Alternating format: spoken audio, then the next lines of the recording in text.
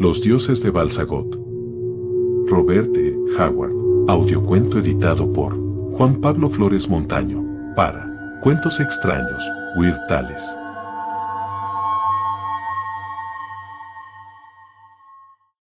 Los dioses de Balsagot. The Gods of Balsagot. Weird Tales, octubre, 1931. 1-0 en la tormenta. El relámpago deslumbró los ojos de Turlough O'Brien y sus pies resbalaron sobre un charco de sangre mientras se dirigía tambaleante hacia la oscilante cubierta. El entrechocar del acero rivalizaba con el estruendo del trueno, y los gritos de muerte atravesaban el rugido de las olas y el viento.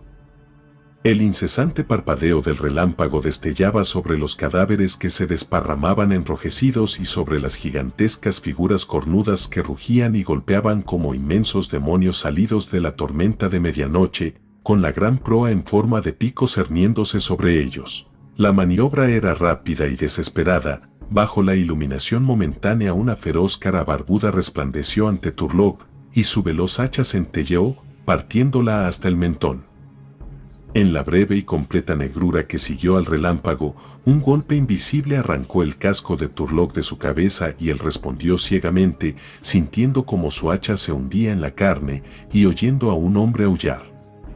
Una vez más estallaron los fuegos en los cielos furiosos, mostrando al gaélico el círculo de rostros salvajes, el cerco de acero resplandeciente que le rodeaba. Con la espalda contra el mástil principal, Turlough esquivó y atacó. Entonces, a través de la locura de la refriega resonó una fuerte voz, y en un instante relampagueante el gaélico atisbó una figura gigante, un rostro extrañamente familiar. Luego, el mundo se sumió en una negrura pintada de fuego. La conciencia regresó lentamente. Turlough percibió en primer lugar un movimiento oscilante, como si se meciera, que afectaba a todo su cuerpo y que no podía evitar. Luego una palpitación sorda en la cabeza le atormentó y quiso llevarse las manos a ella. Fue entonces cuando se dio cuenta de que estaba atado de pies y manos, lo cual no era una experiencia completamente nueva. Al aclarársele la vista, descubrió que estaba atado al mástil del dragón cuyos guerreros le habían derribado. No entendía por qué le habían perdonado, pues si le conocían lo más mínimo debían de saber que era un forajido, un proscrito de su propio clan, que no pagaría rescate ni para salvarle de los pozos del infierno. El viento había disminuido en gran medida, pero el mar estaba encrespado, lo cual agitaba el barco como una astilla, hundiéndolo en abismos profundos para después levantarlo sobre crestas espumeantes. Una luna plateada y redonda, que asomaba a través de nubes desgarradas, iluminaba el oleaje furioso. El gaélico, criado en la salvaje costa oeste de Irlanda, sabía que el barco serpiente estaba tocado. Lo notaba por la forma en que se movía torpemente, hundiéndose en la espuma, escorándose con el impulso de las olas. No era de extrañar, la tempestad que había estado asolando aquellas aguas sureñas había bastado para dañar incluso una nave tan recia como las que construían estos vikingos. El mismo vendaval había atrapado al bajel francés en el que Turlough iba como pasajero, apartándolo de su rumbo y llevándolo hacia el sur. Los días y las noches habían sido un caos ciego y aullante en el que el barco había sido vapuleado, mientras volaba como un pájaro herido delante de la tormenta. Y en mitad del castigo de la tempestad, una proa con forma de pico se había cernido sobre la popa de la nave, más baja y más ancha, y los garfios se habían hundido en ella. Sin duda aquellos nórdicos eran lobos y el ansia de sangre que ardía en sus corazones no era humano. Bajo el terror y el estrépito de la tormenta, saltaron aullando al abordaje, y mientras los cielos embravecidos arrojaban toda su cólera sobre ellos, y cada golpe de las aguas frenéticas amenazaba con engullir a ambos barcos, aquellos lobos de mar saciaron su furia hasta hartarse. Eran verdaderos hijos del mar, cuya rabia salvaje reverberaba en sus abultados pechos. Había sido una masacre, más que un combate. El celta era el único hombre capaz de luchar a bordo del barco condenado, y ahora recordaba la extraña familiaridad de la cara que había atisbado justo antes de que le derribaran. «¿Quién? Te saludo, mi valiente dalcasiano», Hacía mucho que no nos veíamos. Turlock miró al hombre que tenía delante, con los pies firmemente anclados sobre la cubierta. Tenía una enorme estatura, pues era al menos media cabeza más alto que Turlock, que alcanzaba de sobra más de 6 pies. Sus piernas eran como columnas, sus brazos como si estuvieran hechos de roble y hierro. Su barba era de un oro quebradizo, semejante al de los brazaletes que llevaba. Una camisa de malla reforzaba su apariencia bélica, al igual que el casco con cuernos parecía incrementar su estatura. Pero no había ira en los tranquilos ojos grises que miraban con calma a los ojos azules e incandescentes del gaélico. Aselstén, el sajón. Sí, han pasado muchos días desde que me diste esto, el gigante señaló una fina cicatriz blanca sobre su sien. Parecemos condenados a encontrarnos en noches de furia. Primero cruzamos los aceros la noche que quemaste el Escali de Torfel. Luego caí ante tu hacha y me salvaste de los pictos de Brogar, el único entre todos los que seguían a Torfel. Esta noche fui yo quien te derribó a ti. Tocó la gran espada para 2 manos atadas a sus hombros, y Turlock maldijo. No, no me injuries, dijo Aselstén con expresión dolorida. Podría haberte matado en el fragor de la batalla, te golpeé con lo plano, pero como sé que los irlandeses tenéis el cráneo duro, golpeé con ambas manos. Llevas horas sin sentido. Lodbrok te habría matado con el resto de la tripulación del mercante, pero yo reclamé tu vida. Pero los vikingos solo aceptaron perdonarte con la condición de que estés atado al mástil. Te conocen de antaño. ¿Dónde estamos? No me preguntes. La tormenta nos ha alejado de nuestro rumbo. Nos dirigíamos a saquear las costas de España. Cuando el azar nos hizo encontrarnos con vuestro barco, por supuesto que aprovechamos la oportunidad, pero sacamos escaso botín. Ahora nos dejamos llevar por la deriva, sin saber a dónde vamos. El timón está roto y el barco entero está tocado. Por lo que sé, podríamos dirigirnos al mismo confín del mundo. Jura unirte a nosotros y te soltaré. Juro unirme a las huestes del infierno. Gruñó Turlock. Prefiero hundirme con el barco y dormir eternamente bajo las aguas verdes, atado a este mástil. Solo me arrepiento de no poder enviar más lobos marinos a unirse al centenar que ya he enviado al purgatorio.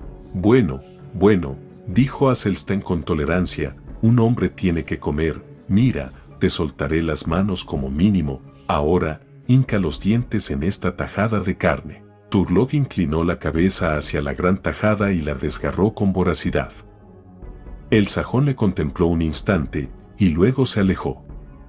Un hombre extraño, reflexionó Turlock, este sajón renegado que cazaba con la manada de lobos del norte, un guerrero salvaje en la batalla, pero con rastros de nobleza en su constitución que le distinguían de los hombres con quienes se asociaba. La nave cabeceó ciegamente durante toda la noche, y Aselstén, que regresó con un gran cuerno de cerveza espumeante, subrayó el hecho de que las nubes volvían a reunirse, oscureciendo el rostro furioso del mar. Dejó las manos del gaélico desatadas, pero Turlock seguía amarrado al mástil con firmeza por las cuerdas que le rodeaban las piernas y el cuerpo. Los piratas no prestaban atención a su prisionero, estaban demasiado ocupados impidiendo que su nave mutilada se fuera a pique. Por último Turlock creyó oír de vez en cuando un rugido profundo por encima del estrépito de las olas. Fue creciendo en volumen, y cuando los oídos duros de los nórdicos lo oyeron, el barco saltó como un caballo espoleado, con todos sus tablones tensos. Como por arte de magia las nubes, iluminándose con el amanecer, se apartaron a ambos lados, mostrando una desolación de aguas grises y agitadas, y una larga muralla de olas que rompían justo enfrente. Más allá de la furia espumeante de los arrecifes se adivinaba la tierra, aparentemente una isla. El rugido creció hasta alcanzar proporciones ensordecedoras, y el barco, atrapado en la violencia de la marea, se lanzó de cabeza hacia su fin. Turlock vio a Lodbrok esforzándose, su larga barba flotando al viento mientras alzaba los puños y vociferaba órdenes fútiles. Aselstén llegó corriendo a través de la cubierta. Todos tendremos pocas posibilidades, gruñó mientras cortaba las ligaduras del gaélico, pero tú tendrás tantas como el resto. Turlock se puso en pie de un salto, libre. ¿Dónde está mi hacha? En el armero. Pero por la sangre de Thor, hombre, se maravilló el gran sajón, no querrás cargar con peso ahora. Turlock había agarrado el hacha y la confianza fluyó como el vino a través de sus venas al notar el tacto familiar del mango delgado y grácil. Su hacha formaba parte de él tanto como su mano derecha. Si debía morir, deseaba morir con ella en la mano. Rápidamente la deslizó en su cinto. Le habían despojado de toda su armadura cuando le capturaron. «Hay tiburones en estas aguas», dijo Aselsten, preparándose para quitarse la cota de malla. «Si tenemos que nadar». El barco chocó dando un golpe que partió sus mástiles e hizo añicos su proa como si fuera de cristal. Su pico de dragón se elevó en el aire y los hombres rodaron como bolos y cayeron desde su cubierta inclinada. Durante un momento el barco permaneció inmóvil, tembloroso como si estuviera vivo, luego resbaló sobre el arrecife invisible y se hundió en una cortina cegadora de espuma. Turlock había abandonado la cubierta lanzándose en una zambullida lejana que le puso a salvo. Emergió en mitad del tumulto, combatió las aguas durante un momento enloquecido y luego agarró unos restos que las olas habían sacado a flote. Mientras subía gateando, una forma chocó contra él y volvió a hundirse. Turlock metió el brazo bajo el agua, agarró el cinto de una espada y subió al hombre a su improvisada balsa. En un instante había reconocido al sajón, Aselsten, todavía lastrado por la armadura que no había tenido tiempo de quitarse. El hombre parecía aturdido. Estaba exánime, con las extremidades colgando. Turlock recordaría aquel viaje a través de las olas como una pesadilla caótica. La marea lo sacudió, arrojando su frágil navío hacia las profundidades y luego lanzándolos hasta los cielos. No había nada que hacer excepto agarrarse y confiar en la suerte. Y Turlock se agarró, sujetando al sajón con una mano y la balsa con la otra, mientras le parecía que los dedos se le partían por el esfuerzo. Una y otra vez estuvieron a punto de ser sumergidos. De pronto, por algún milagro, estuvieron a salvo, flotando en aguas relativamente tranquilas, y Turlock vio una delgada aleta cortando la superficie a una yarda de distancia. Desapareció en un remolino de agua, y Turlock tomó su hacha y atacó.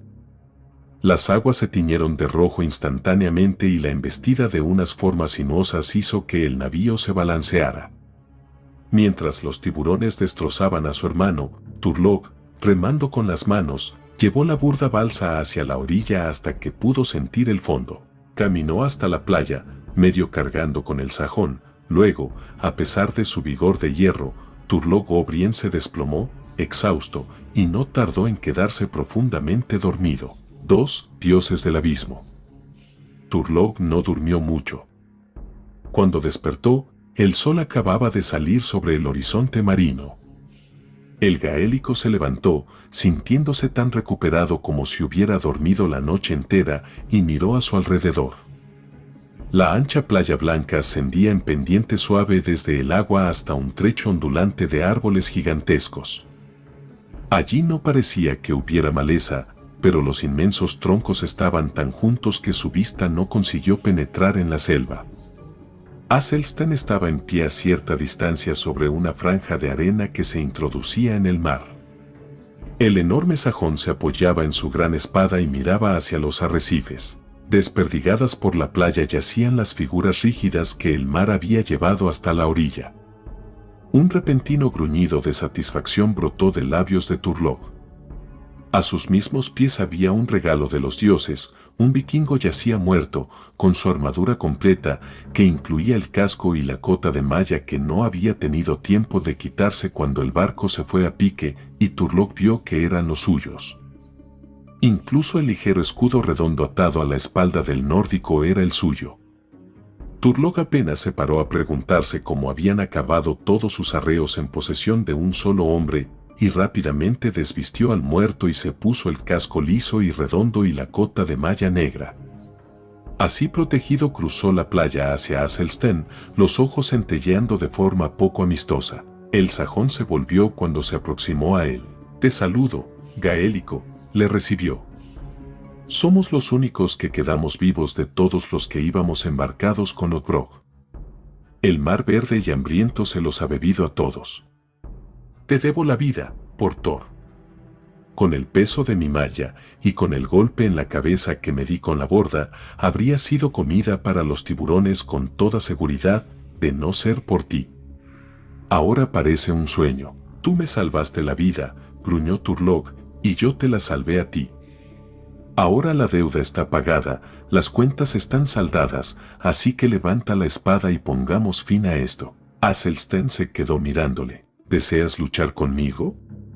¿Por qué? ¿Qué? Aborrezco a tu raza como aborrezco a Satanás.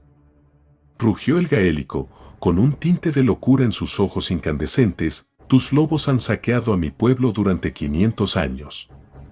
Las ruinas humeantes de las tierras del sur, los mares de sangre derramada, reclaman venganza.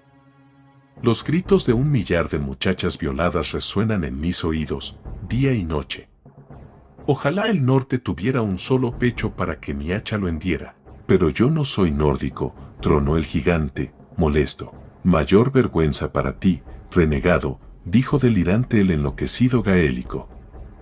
Defiéndete si no quieres que te aniquile a sangre fría. No hago esto por gusto, protestó Aselsten, levantando su poderosa hoja, sus ojos grises serios, pero sin revelar temor.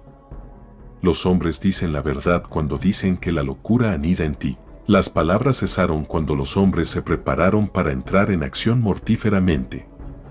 El gaélico se aproximó a su enemigo, agazapándose como una pantera, los ojos centelleantes. El sajón esperó la embestida, los pies firmemente separados, la espada sujeta en alto con ambas manos. Eran el hacha y el escudo de Turlog contra la espada para 2 manos de Aselsten, en un duelo donde un solo golpe podría acabar con cada uno de ellos. Como 2 grandes bestias de la selva, jugaron su juego mortífero y sigiloso, y entonces, mientras los músculos de Turlog se tensaban para el salto de la muerte, un terrible sonido desgarró el silencio.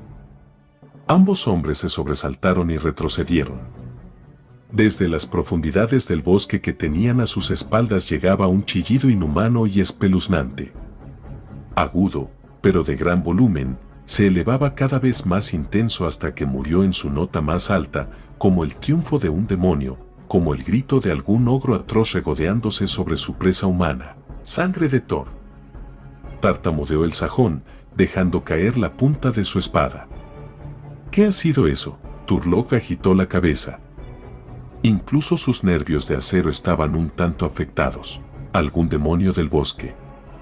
Esto es una tierra extraña en un mar extraño. Puede que el mismo Satanás reine aquí y que esto sea la puerta del infierno. Aselsten miró inseguro. Era más pagano que cristiano, y sus diablos eran diablos bárbaros. Pero no eran menos macabros por ello. Bueno, dijo, olvidemos nuestra disputa hasta que veamos qué puede ser. 2 espadas son mejores que una, sea contra un hombre o contra un diablo. Un chillido salvaje le interrumpió. Esta vez era una voz humana, que helaba la sangre por su terror y su desesperación. Al mismo tiempo llegó el rápido repiqueteo de pies y el torpe roce de un cuerpo pesado entre los árboles. Los guerreros se giraron hacia el sonido, y de las sombras profundas salió corriendo una mujer medio desnuda como una hoja blanca arrastrada por el viento. Su pelo suelto fluía como una llama de oro detrás de ella, sus blancas extremidades relampagueaban bajo el sol de la mañana, sus ojos centelleaban con terror frenético. Y detrás de ella, incluso a Turlog se le pusieron los pelos de punta. La cosa que perseguía a la muchacha no era ni hombre ni bestia. Su forma era como la de un pájaro, pero un pájaro como no se ha visto en el resto del mundo desde hace muchas eras. Se alzaba hasta unos 12 pies de altura, y su maligna cabeza con los perversos ojos rojos y su cruel pico curvo, era tan grande como la cabeza de un caballo. El cuello largo y curvo era más grueso que el muslo de un hombre y los enormes pies con garras podrían haber apresado a la mujer como un águila apresa a un gorrión. Todo esto lo vio Turlog en una mirada, mientras saltaba entre el monstruo y su presa, que se derrumbó con un grito sobre la playa. Aquello se irguió sobre él como una montaña de muerte, y el maligno pico cayó como una flecha, mellando el escudo que había levantado y haciendo que se tambaleara con el impacto. Él atacó en el mismo instante, pero el afilado hacha se hundió sin hacer daño en un colchón de plumas puntiagudas. Una vez más, el pico relampagueó y su salto lateral le salvó la vida por un pelo. Y entonces Aselstern llegó corriendo y, fijando firmemente sus pies, giró su enorme espada con ambas manos y con todas sus fuerzas. La poderosa hoja cortó una de las patas parecidas a árboles bajo la rodilla, y con un chirrido repugnante, el monstruo cayó de costado, aleteando salvajemente con sus cortas alas pesadas. Turlough hundió el pincho de su hacha en medio de los ojos feroces y el pájaro gigantesco dio una patada convulsiva y se quedó inmóvil. ¡Sangre de Thor! Los ojos grises de Aselstern centelleaban con el ansia de la batalla. En verdad hemos llegado al confín del mundo. Vigila el bosque por si viniera otro, replicó Turlough, volviéndose hacia la mujer que se había puesto en pie y jadeaba, los ojos abiertos de asombro. Era un ejemplar espléndido y joven, alta, de miembros esbeltos, delgada y bien formada. Su único atavío era un pedazo simple de seda que colgaba descuidadamente entre sus caderas. Pero aunque la escasez de ropa sugería el salvajismo, su piel era de un blanco nevado, su pelo suelto del oro más puro, y sus ojos grises. Por fin habló apresuradamente, tartamudeando, en la lengua de los nórdicos, como si no la hubiera hablado en años. ¿Quiénes? ¿Quiénes sois, hombres? ¿De dónde venís?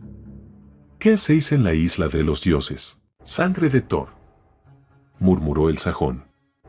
Es de nuestra propia especie, no de la mía, replicó Turlough, incapaz incluso en un momento así de olvidar su odio hacia la gente del norte. La muchacha los miró con curiosidad.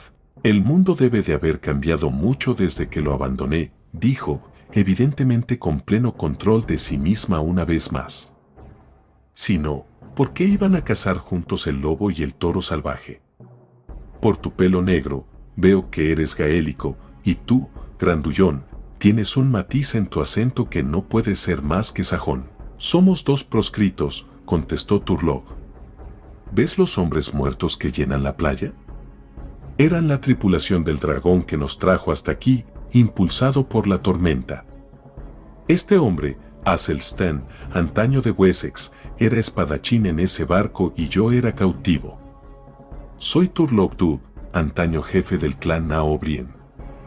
¿Quién eres tú y qué tierra es esta? Esta es la tierra más antigua del mundo, contestó la muchacha. Roma, Egipto y Catay son como infantes a su lado. Yo soy Brunilda, hija del hijo de Ranesorfin, de las Oreadas, y hasta hace unos días reina de este antiguo reino. Turlough miró inseguro a Aselstern. Aquello sonaba a brujería. Después de lo que acabamos de ver, murmuró el gigante, estoy dispuesto a creer cualquier cosa. ¿Pero de verdad que eres la hija raptada al hijo de Ranesorfin? Sí, gritó la muchacha. Lo soy. Me raptaron cuando Tostig el loco saqueó las Oreadas y quemó las posesiones de Rané en ausencia de su señor. Y después Tostig desapareció de la faz de la tierra, o del mar. Interrumpió Aselstern. En verdad era un loco. Navegué con él en una incursión marítima hace muchos años, cuando apenas era un muchacho. Y su locura me desterró a esta isla, contestó Brunilda, pues después de que hubo saqueado las costas de Inglaterra, el fuego de su cerebro le condujo a mares desconocidos, al sur y cada vez más al sur hasta que incluso los lobos feroces que gobernaba empezaron a murmurar.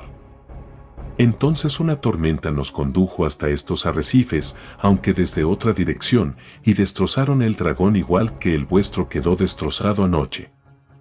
Tostig y todos sus hombres fuertes perecieron en las olas, pero yo me aferré a los restos del naufragio y un capricho de los dioses me arrojó a la playa, medio muerta.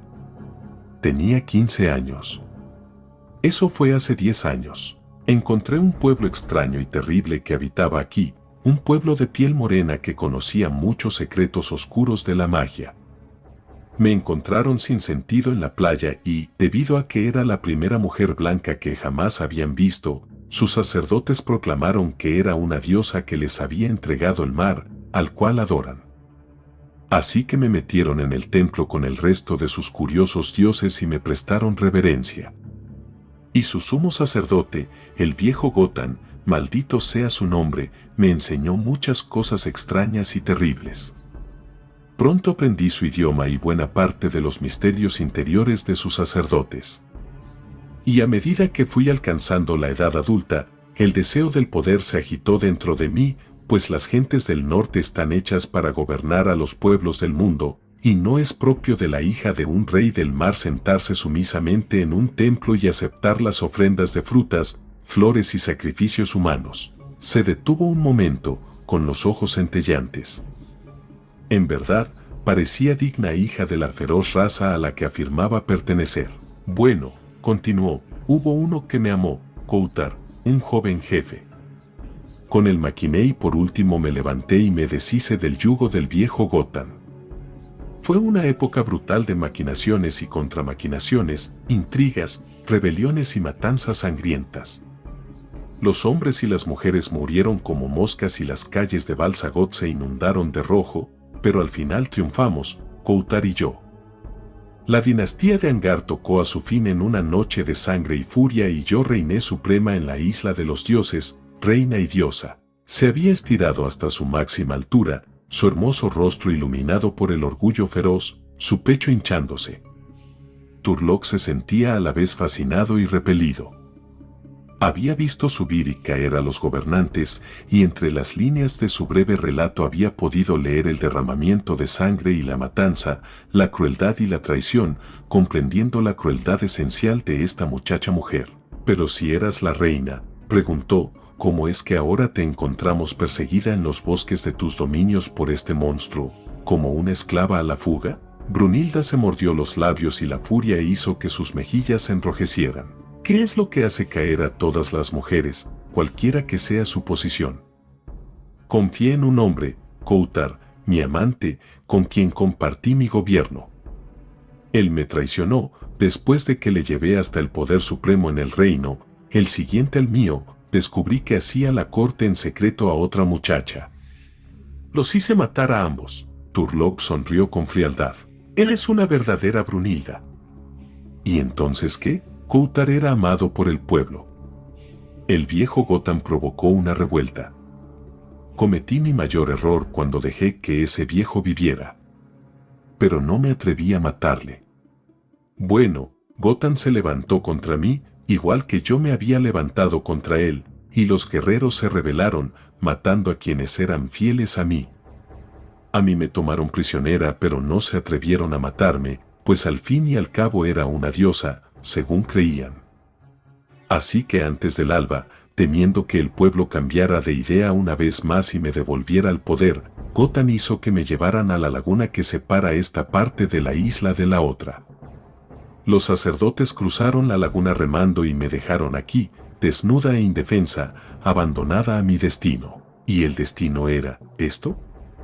Aselsten tocó el enorme cadáver con el pie. Brunilda se estremeció.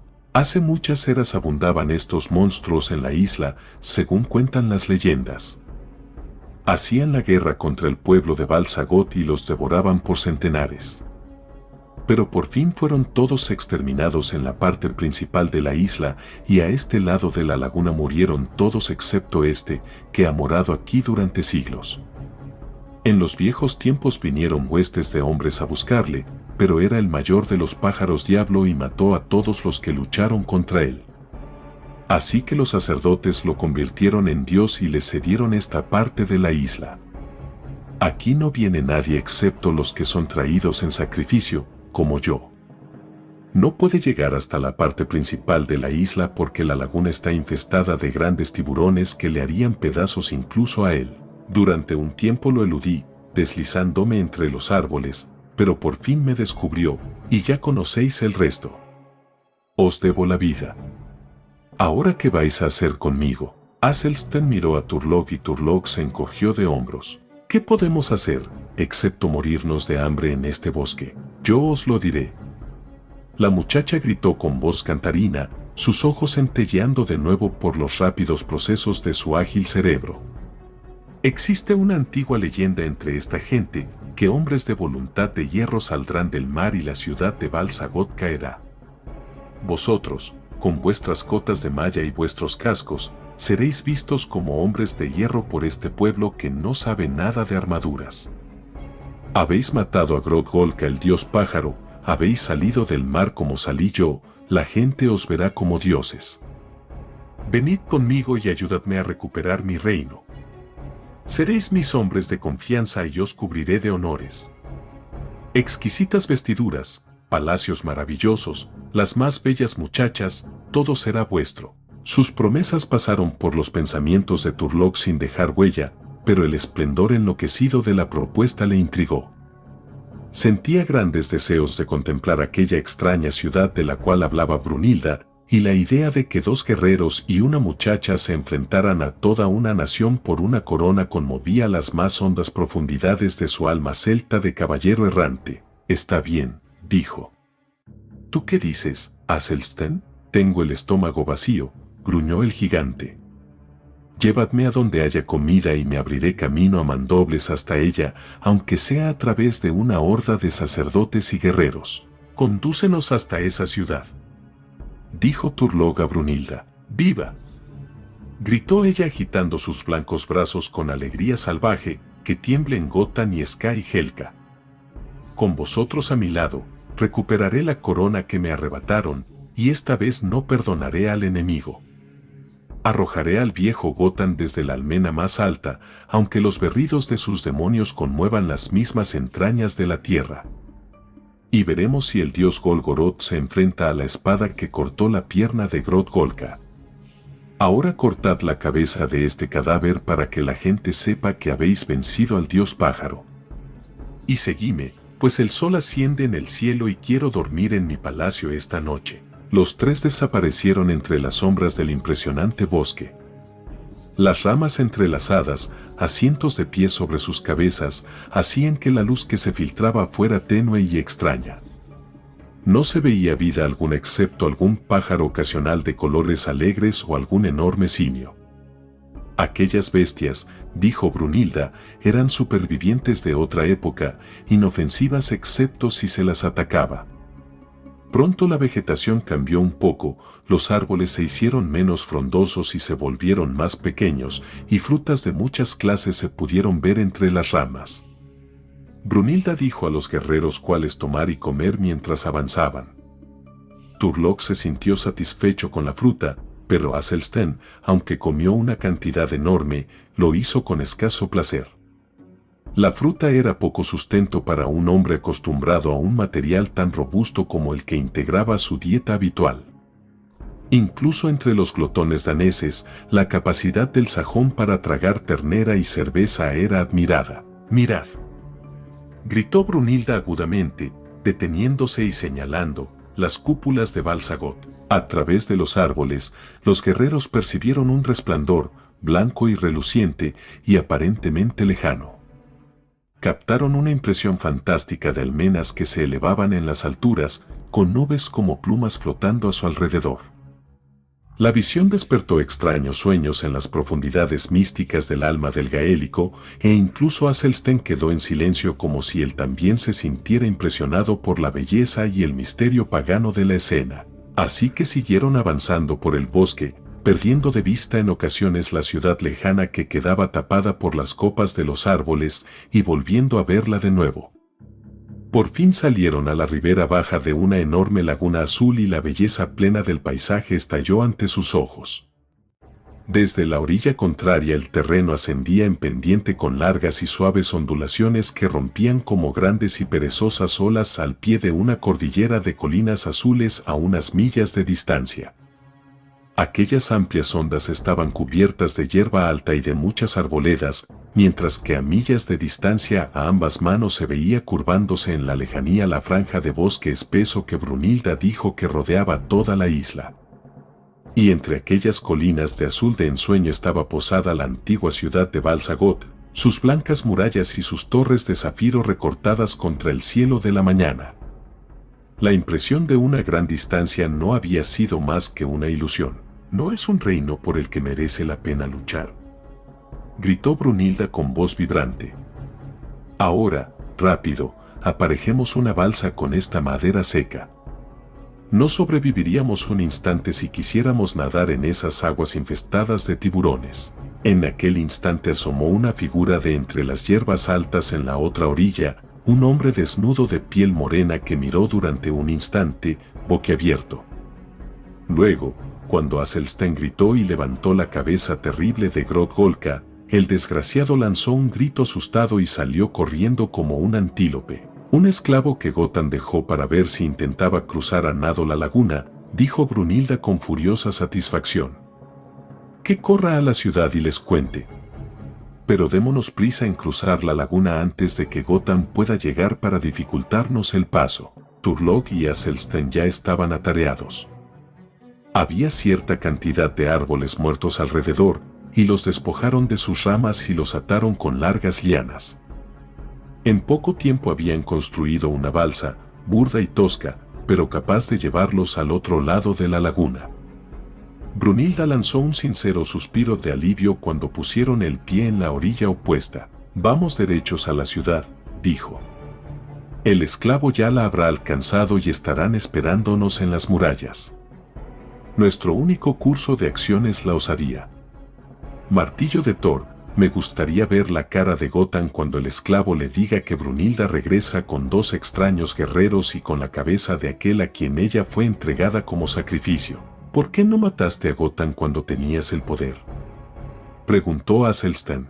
Ella agitó la cabeza, sus ojos nublados con algo parecido al miedo. Es más fácil decirlo que hacerlo. La mitad de la gente odia a Gotan, la otra mitad le ama, y todos le temen. Los hombres más ancianos de la ciudad dicen que era viejo cuando ellos eran niños. La gente cree que es más un dios que un sacerdote, y yo misma le he visto hacer cosas terribles y misteriosas que exceden el poder de un hombre normal. No, cuando solo era una marioneta en sus manos, apenas llegué hasta el límite exterior de sus misterios, pero he visto cosas que me han helado la sangre. He visto extrañas sombras levantarse a lo largo de los muros en la medianoche, y mientras avanzaba a tientas por negros pasillos subterráneos en mitad de la noche he oído sonidos atroces y he sentido la presencia de seres repugnantes. Y una vez oí los espeluznantes bramidos babeantes de la cosa sin nombre que Gotan ha encadenado en las entrañas de las colinas sobre las cuales descansa la ciudad de Balsagot. Brunilda se estremeció. Hay muchos dioses en Balsagot, pero el mayor de todos es Golgoroth, el dios de la oscuridad que se sienta para toda la eternidad en el templo de las sombras. Cuando derroqué a Gotan, prohibí a los hombres que adorasen a Golgoroth, e hice que los sacerdotes venerasen, como deidad verdadera, a Aala, la hija del mar, yo misma. Hice que hombres fuertes tomaran los martillos y golpeasen la imagen de Golgoroth, pero sus golpes solo destrozaron los martillos y provocaron extrañas lesiones a los hombres que los blandieron. Golgoroth era indestructible y no mostraba mella alguna. Así que desistí y cerré las puertas del templo de las sombras, que solo fueron abiertas cuando fui derrocada y Gotan, que había estado acechando en los lugares secretos de la ciudad, volvió a imponer su voluntad. Entonces Golgoroth reinó de nuevo con todo su terror y los ídolos de Aala fueron derribados en el templo del mar, y los sacerdotes de Aala murieron aullando en el altar manchado de rojo ante el dios negro. Pero ya veremos ahora. Sin duda eres una auténtica valquiria, musitó Aselsten. Pero 3 contra una nación entera es una gran desventaja, especialmente con un pueblo como este, que seguramente estará formado por brujas y hechiceros. ¡Bah!, gritó Brunilda con desprecio. Hay muchos hechiceros, es cierto, pero aunque el pueblo es extraño para nosotros, a su manera no son más que necios, como todas las naciones. Cuando Gotan me condujo cautiva por las calles, me escupieron.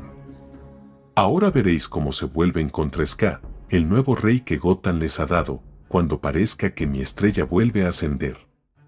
Pero nos aproximamos a las puertas de la ciudad, sed valientes pero precavidos. Habían ascendido las largas pendientes combadas y no estaban lejos de las murallas que se elevaban enormes.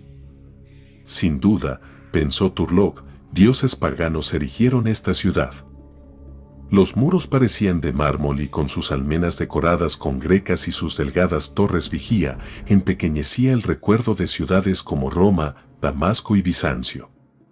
Una ancha y tortuosa carretera blanca conducía desde los niveles inferiores hasta la explanada que se abría ante las puertas, y a medida que ascendían por aquel camino, los tres aventureros sintieron cientos de ojos ocultos y fijos en ellos con feroz intensidad. Los muros parecían desiertos, podría haber sido una ciudad muerta. Pero el impacto de aquellos ojos que miraban se dejaba sentir. Por fin estuvieron ante las inmensas puertas que a los asombrados ojos de los guerreros parecían estar hechas de plata cincelada. «Aquí hay para pagar el rescate de un emperador», murmuró Aselstén, los ojos encendidos. «Sangre de Thor, ojalá tuviéramos una banda de saqueadores y un barco para llevarnos el botín. Golpead la puerta y luego retroceded, si no queréis que os caiga algo encima de la cabeza», dijo Brunilda, y el trueno del hacha de Turlock sobre los portales despertó ecos en las colinas dormidas. Entonces los tres retrocedieron unos pasos y repentinamente las poderosas puertas se abrieron hacia adentro y una extraña muchedumbre quedó a la vista. Los dos guerreros blancos contemplaron un espectáculo de grandeza bárbara. Un tropel de hombres altos, delgados y de piel morena permanecía en pie en las puertas. Su única indumentaria eran taparrabos de seda, cuya excelente manufactura contrastaba extrañamente con la casi desnudez de sus portadores. Altas plumas ondulantes de muchos colores engalanaban sus cabezas y brazaletes y aros para las piernas de oro y plata, con joyas resplandecientes incrustadas, completaban su ornamentación. No llevaban armadura alguna, pero cada uno esgrimía un escudo ligero en el brazo izquierdo, hecho de madera dura, muy pulimentada y reforzado con plata. Sus armas eran lanzas de hoja plana, hachas ligeras y puñales delgados, todos con hojas de excelente acero. Era evidente que estos guerreros dependían más de la velocidad y la habilidad que de la fuerza bruta. Al frente de este grupo se destacaban tres hombres que instantáneamente llamaban la atención. Uno era un esbelto guerrero con cara de halcón, casi tan alto como Aselstén, que llevaba alrededor del cuello una gran cadena dorada de la cual colgaba un curioso símbolo de jade. Otro de los hombres era joven y de ojos malignos, exhibía una impresionante orgía de colores en el manto de plumas del oro que caía desde sus hombros. El tercer hombre no tenía nada que le distinguiera del resto salvo su propia y extraña personalidad. No llevaba manto alguno, ni tampoco armas. Su único atavío era un sencillo taparrabos. Era muy viejo, era el único de toda la muchedumbre que lucía barba, y su barba era tan blanca como el pelo largo que le caía sobre los hombros. Era muy alto y muy delgado, y sus grandes ojos oscuros relampagueaban como si los alimentara un fuego oculto. Turlock supo sin que se lo dijeran que aquel hombre era Gotan, sacerdote del dios negro. El anciano exudaba un aura de antigüedad y misterio. Sus grandes ojos eran como ventanas de algún templo olvidado, tras las cuales se agitaban como fantasmas sus pensamientos oscuros y terribles. Turlock sintió que Gotan había profundizado demasiado en los misterios prohibidos para seguir siendo completamente humano. Había atravesado puertas que le habían separado de los sueños, deseos y emociones de los mortales. Al mirar aquellos orbes que no parpadeaban, Turlock sintió que su piel se erizaba, como si mirase a los ojos de una gran serpiente. Una mirada hacia arriba reveló que las murallas estaban cubiertas de gentes silenciosas de ojos oscuros. El escenario estaba dispuesto, todo estaba listo para el drama rápido y sangriento. Turlock sintió que su pulso se aceleraba con un júbilo feroz y los ojos de Aselstén empezaron a refulgir con una luz salvaje. Brunilda avanzó con osadía, la cabeza alta, su espléndida figura vibrante. Los guerreros blancos naturalmente no podían entender lo que ocurría entre ella y los otros, excepto leyendo sus gestos y expresiones, pero más tarde Brunilda les relató la conversación casi palabra por palabra. Bueno, pueblo de Balsagot, dijo, espaciando lentamente las palabras, ¿qué tenéis que decir a la diosa de la que os burlasteis y a la que repudiasteis? ¿Qué quieres, falsaria? Exclamó el hombre alto, Ska, el rey impuesto por Gotan. Tú que te burlaste de las costumbres de nuestros antepasados, que desafiaste las leyes de Balsagot, que eres más vieja que el mundo, que asesinaste a tu amado y profanaste el altar de Golgoroth. Tú fuiste condenada por la ley, el rey y Dios y fuiste expulsada al bosque macabro más allá de la laguna. Y yo, que soy igualmente una diosa y mayor que cualquier dios, contestó Brunilda con sorna, he regresado del reino del horror con la cabeza de Groth-Golka. A una palabra suya, Athelstan levantó la gran cabeza con pico, y un grave murmullo recorrió las almenas, con la tensión del miedo y el asombro. ¿Quiénes son estos hombres? Ska miró con el ceño fruncido a los dos guerreros. Son los hombres de hierro que han salido del mar. Contestó Brunilda con voz clara que llegó muy lejos. Los seres que han venido a cumplir la vieja profecía, a conquistar la ciudad de Balsagot, cuyo pueblo está hecho de traidores y cuyos sacerdotes son falsos. Ante estas palabras, el murmullo de temor volvió a recorrer arriba y abajo la línea de murallas, hasta que Gotan levantó su cabeza de buitre y la gente quedó en silencio y se encogió ante la mirada gélida de sus ojos terribles. Ska miró con perplejidad, su ambición luchando con sus miedos supersticiosos. Turlog, mirando con atención a Gotan, creyó que podía leer bajo la máscara inescrutable del rostro del viejo sacerdote. A pesar de toda su sabiduría inhumana, Gotan tenía sus limitaciones. Este regreso repentino de aquella de quien creía haber dispuesto, y la aparición de los gigantes de piel blanca que la acompañaban, había pillado a Gotan con la guardia baja, según creía Turlog con razón. No había tenido tiempo de preparar de forma adecuada su recibimiento. La gente ya había empezado a murmurar en las calles contra la severidad del breve gobierno de Ska. Siempre habían creído en la divinidad de Brunilda, ahora que había regresado con dos hombres altos de su propio color, cargando con el macabro trofeo que indicaba la derrota de otro de sus dioses, la gente vacilaba. Cualquier pequeño detalle podría cambiar la marea por completo. Pueblo de Balsagot, gritó Brunilda de repente, saltando hacia atrás y elevando sus brazos, mirando de frente a los rostros que miraban hacia ella. Os pido que evitéis vuestro fin antes de que sea demasiado tarde. Me desterrasteis y me escupisteis, os volvisteis hacia dioses más oscuros que yo. Pero lo olvidaré todo si regresáis y me rendís obediencia. Una vez me repudiasteis, me llamasteis sanguinaria y cruel. Cierto, fui una madura, pero ¿ha sido Ska un señor suave? Dijisteis que yo azotaba a la gente con látigos de cuero, os ha acariciado Ska con plumas del oro. Una virgen moría en mi altar con la marea alta de cada luna, pero los jóvenes y las doncellas mueren con la marea alta y la marea baja, con la subida y la puesta de cada luna, ante Golgoroth, en cuyo altar palpita constantemente un corazón humano fresco. Ska no es más que una sombra. Vuestro verdadero señor es Gotan, que se posa sobre la ciudad como un buitre. Antaño fuisteis un pueblo poderoso, vuestras galeras llenaban los mares. Ahora no sois más que un residuo e incluso eso disminuye cada día. Necios. Moriréis todos en el altar de Golgoroth antes de que Gotan termine, y él será el único que merodee por las ruinas silenciosas de Balsagot. Miradle. Su voz se alzó hasta un aullido al lanzarse a un frenesí hipnótico, e incluso Turlog, para quien las palabras carecían de significado, se estremeció. Mirad cómo nos contempla igual que un espíritu maligno del pasado. Ni siquiera es humano. Os digo que es un fantasma infame cuya barba está salpicada con la sangre de 1.000.000 de matanzas. Es un demonio encarnado salido de las brumas de la antigüedad para destruir al pueblo de Balsagot. Elegid ahora. Levantaos contra ese viejo demonio y sus dioses blasfemos, recibid de nuevo a vuestra legítima reina y deidad, y recuperaréis parte de vuestra antigua grandeza. Rehusad, y la antigua profecía se cumplirá y el sol se pondrá sobre las ruinas silenciosas y deshechas de Balsagot. Inflamado por sus enérgicas palabras, un joven guerrero que llevaba la insignia de un jefe saltó al parapeto y gritó: ¡Viva Aala! Abajo con los dioses sanguinarios. Muchos entre la multitud recogieron el grito y los aceros chocaron al iniciarse una docena de combates. La multitud de las almenas y las calles se arremolinó, mientras Ska miraba atónito.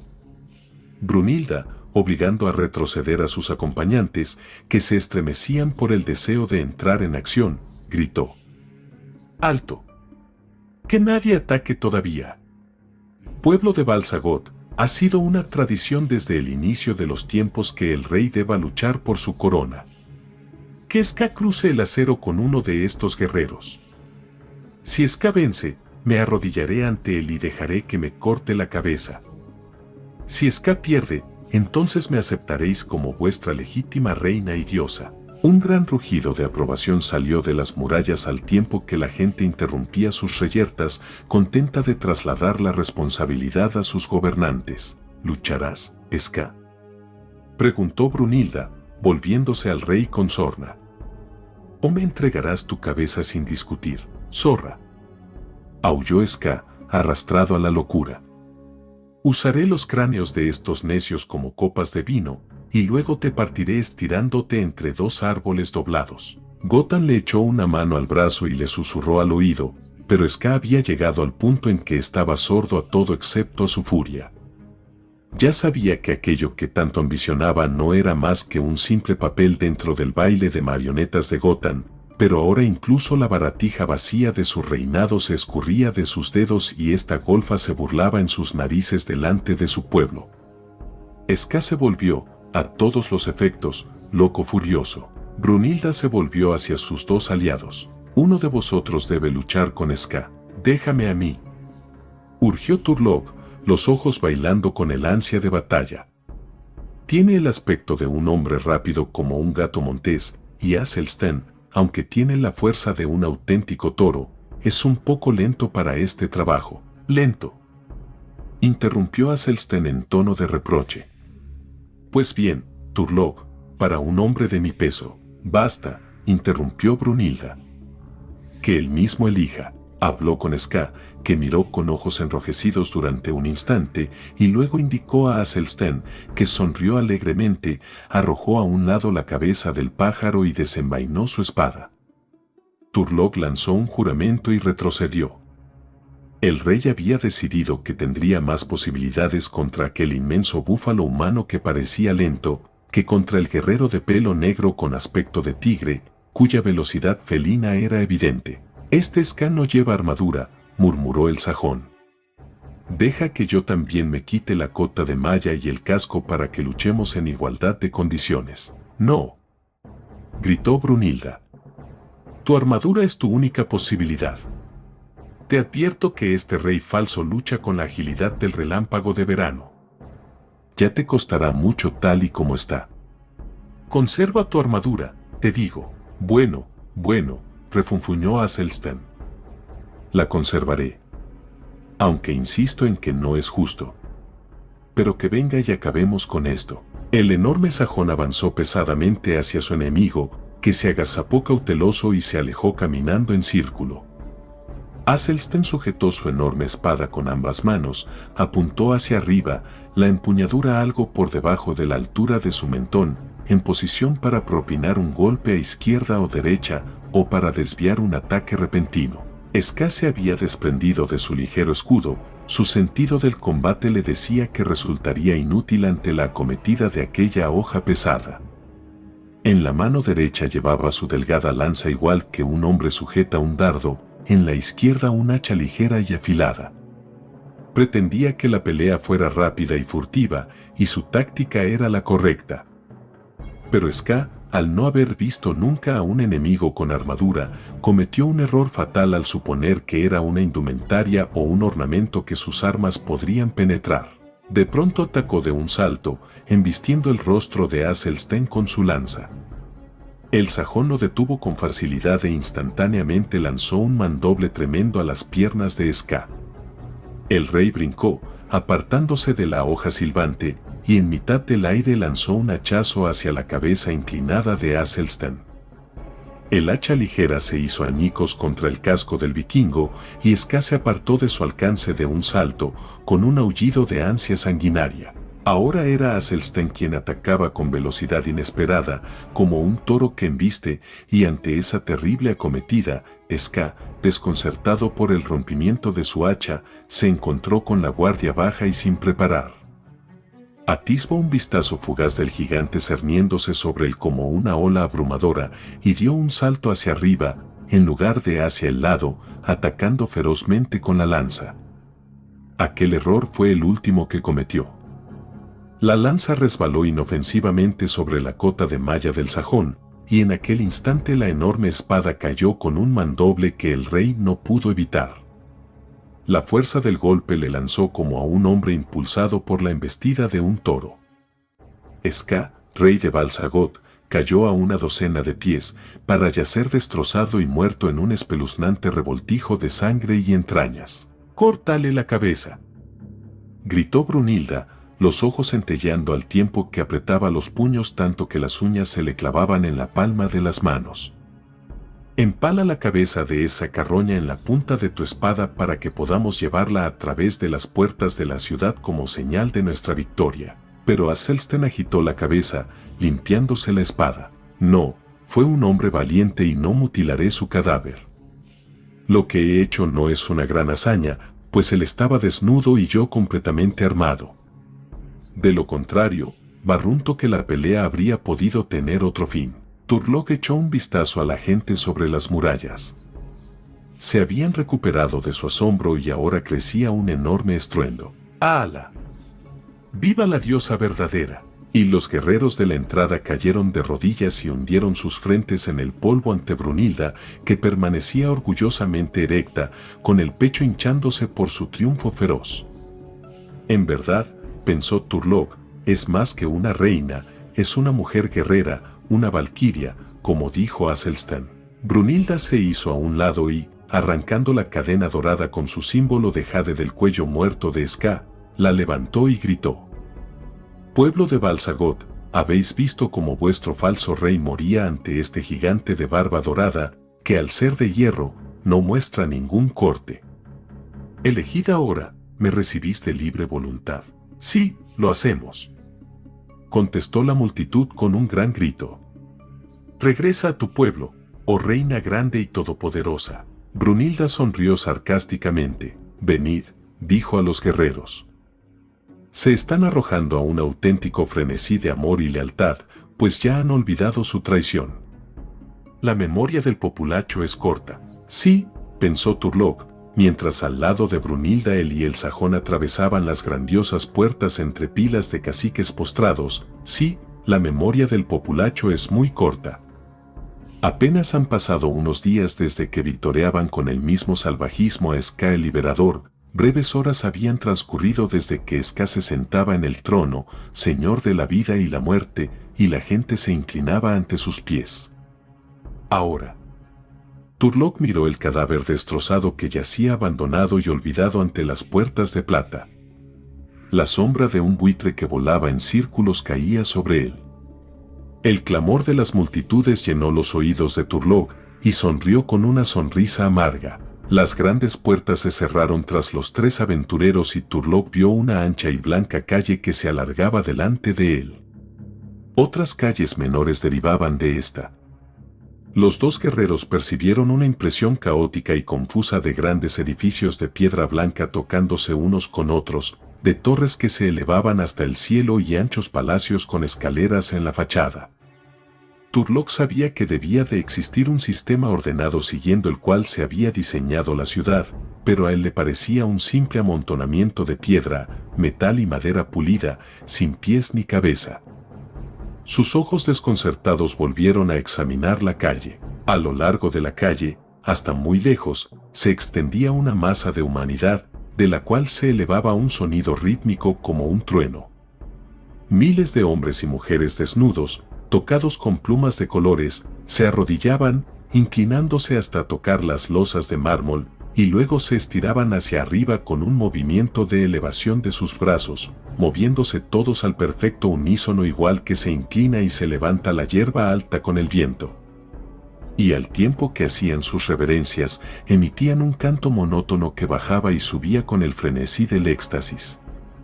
Así recibió su primitivo pueblo el regreso de la diosa Aala. Apenas traspasadas las puertas, Brunilda se detuvo y se dirigió al joven jefe que había sido el primero en elevar el grito de la revuelta sobre las murallas.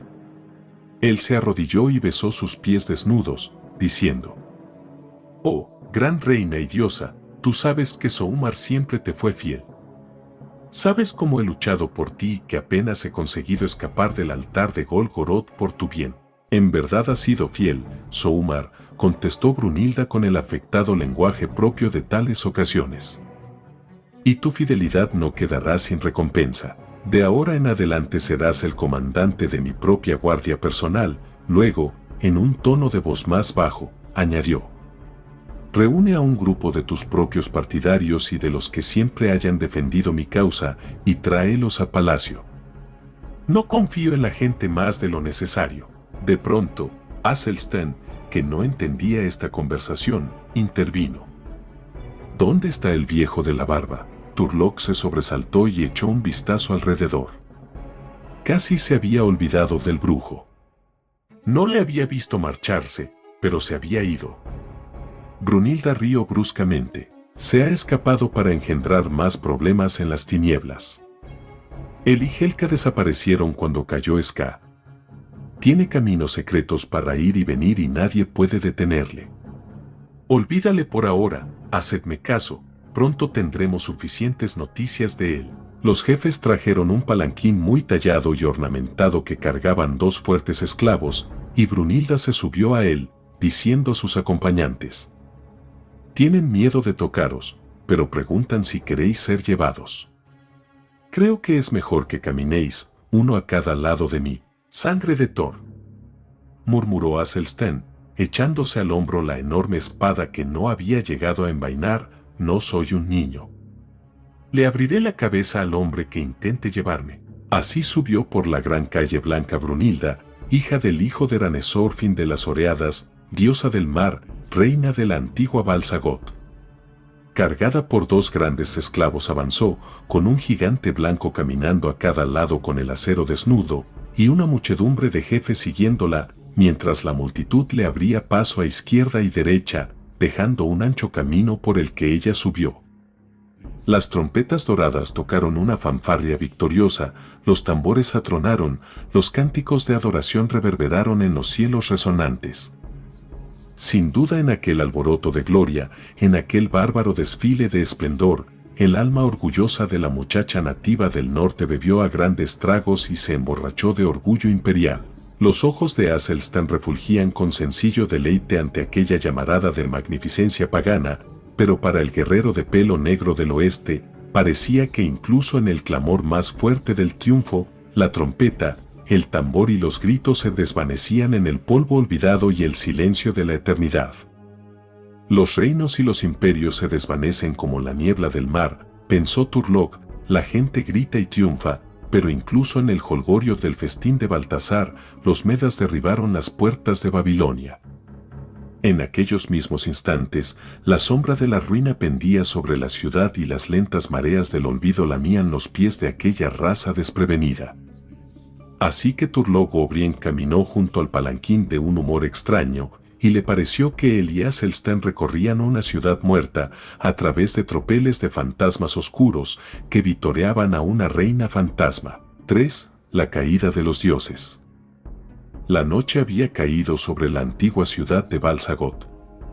Turlock, Aselstern y Brunilda se sentaban solos en una habitación del palacio interior. La reina estaba medio reclinada sobre un diván de seda, mientras que los hombres se sentaban en sillas de caoba, enfrascados en las viandas que las esclavas habían servido sobre platos dorados. Las paredes de aquella habitación, como las de todo el palacio, eran de mármol, con volutas doradas.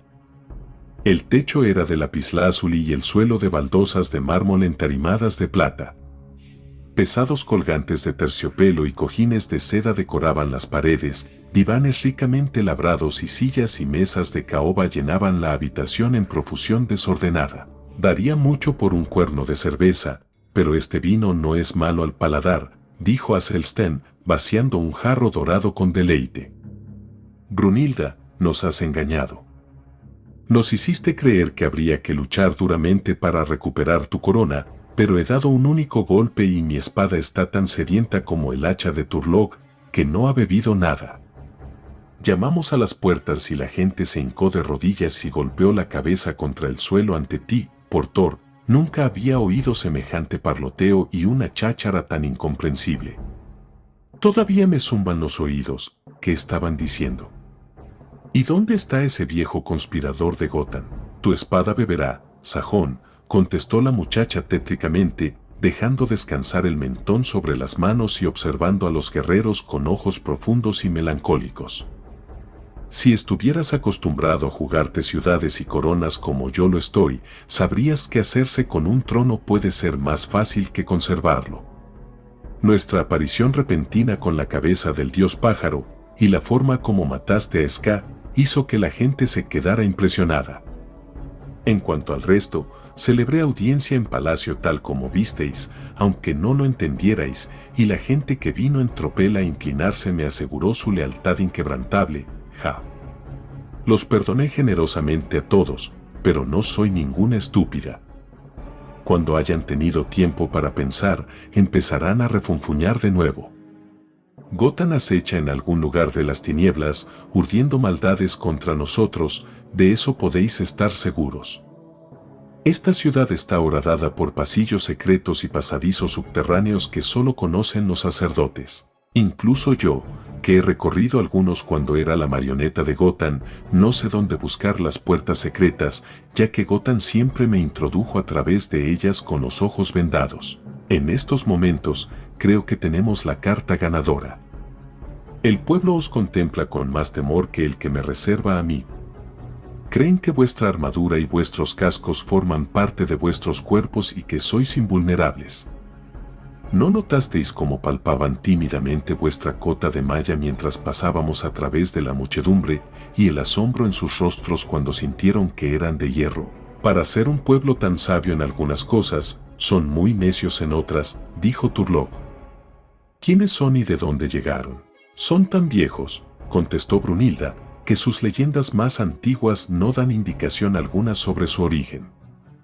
Hace eras formaron parte de un gran imperio que se extendía sobre las muchas islas de este mar. Pero algunas de las islas se hundieron y desaparecieron con sus ciudades y sus gentes. Entonces los salvajes de piel roja los atacaron, e isla tras isla, todas cayeron ante ellos. Por último solo quedó esta isla sin conquistar, y el pueblo se ha vuelto débil y ha olvidado muchas artes antiguas. Por la falta de puertos para navegar, las galeras se pudrieron junto a los muelles, que a su vez se desmoronaron decrépitos.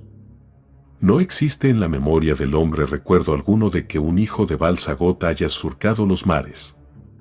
A intervalos irregulares, el pueblo rojo desciende sobre la isla de los dioses, atravesando los mares en sus largas canoas de guerra, que llevan calaveras sonrientes en la proa. No tan lejos como un vikingo consideraría un viaje marino, pero fuera del alcance de la vista, más allá del horizonte, están las islas habitadas por estos hombres rojos que hace siglos masacraron al pueblo que habitaba allí.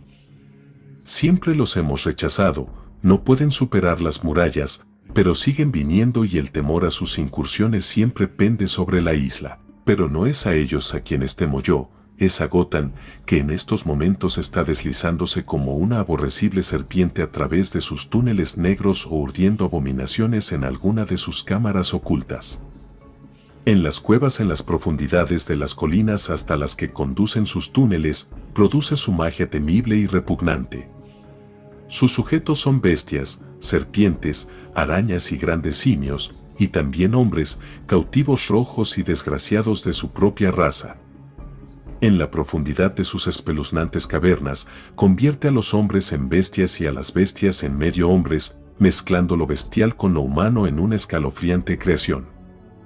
Ningún hombre se atreve a adivinar los horrores que ha engendrado en la oscuridad o qué formas de terror y blasfemia han cobrado vida durante las eras que Gotham lleva produciendo sus abominaciones, pues él no es como otros hombres y ha descubierto el secreto de la vida eterna.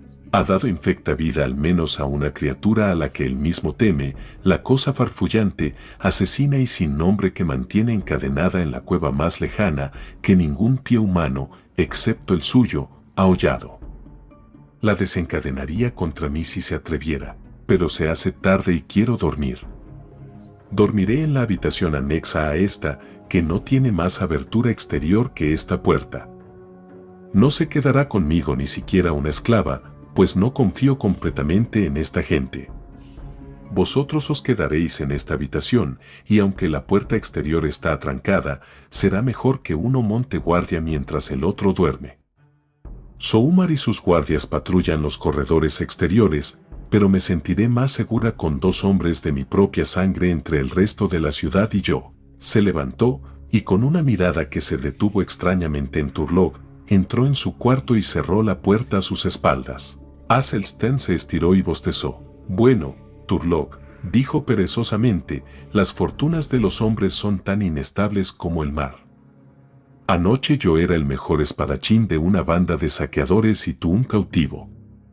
Hoy al amanecer éramos náufragos perdidos que nos saltábamos al cuello. Ahora somos hermanos de armas y lugartenientes de una reina. Y tú, creo, estás destinado a convertirte en rey. ¿Y eso? ¿Es que no has notado cómo te mira la muchacha de las oreadas? Estoy seguro de que hay más que amistad en esas miradas que descansan sobre tus rizos negros y sobre tu tez morena. Te digo que, basta, la voz de Turlough era áspera como si una vieja herida le doliese. Las mujeres que ocupan el poder son lobos de fauces blancas. Fue el despecho de una mujer lo que, se interrumpió. Bueno, replicó Aselstén con tolerancia. Hay más mujeres buenas que malas. Ya sé que fueron las intrigas de una mujer las que te convirtieron en proscrito. Bueno, deberíamos ser buenos camaradas. Yo también soy un forajido. Si mostrase mi rostro en Wessex, pronto estaría contemplando el paisaje colgado de una recia rama de roble. ¿Qué te llevó al sendero del vikingo? Tanto han olvidado los sajones los caminos del océano que el rey Alfredo se vio obligado a contratar piratas frisios para organizar y dotar su flota cuando combatió a los daneses. Aselstén se encogió de hombros y empezó a afilar su puñal. Yo sentía anhelo por el mar ya desde que era un niño melenudo en Wessex. Todavía era un muchacho cuando maté a un joven conde y huí de la venganza de los suyos. Encontré refugio en las oreadas y las costumbres de los vikingos resultaron más apropiadas para mi gusto que las de mi propia sangre. Pero volví para luchar contra Canuto y cuando Inglaterra se sometió a su poder, me dio el mando de sus siervos. Eso hizo que los daneses tuvieran celos del honor otorgado a un sajón que había luchado contra ellos, y los sajones recordaron que yo había abandonado Wessex bajo oscuras circunstancias y murmuraron que era excesivamente favorecido por los conquistadores. Bueno, un noble sajón y un cacique danés me aguijonearon una noche con palabras encendidas y perdí los nervios y los maté a ambos. Así que Inglaterra quedó, una vez más, prohibida para mí. Adopté, de nuevo, el camino de los vikingos. Las palabras de Aselstén se fueron extinguiendo. Sus manos resbalaron inertes de su regazo y la afiladera y el puñal cayeron al suelo.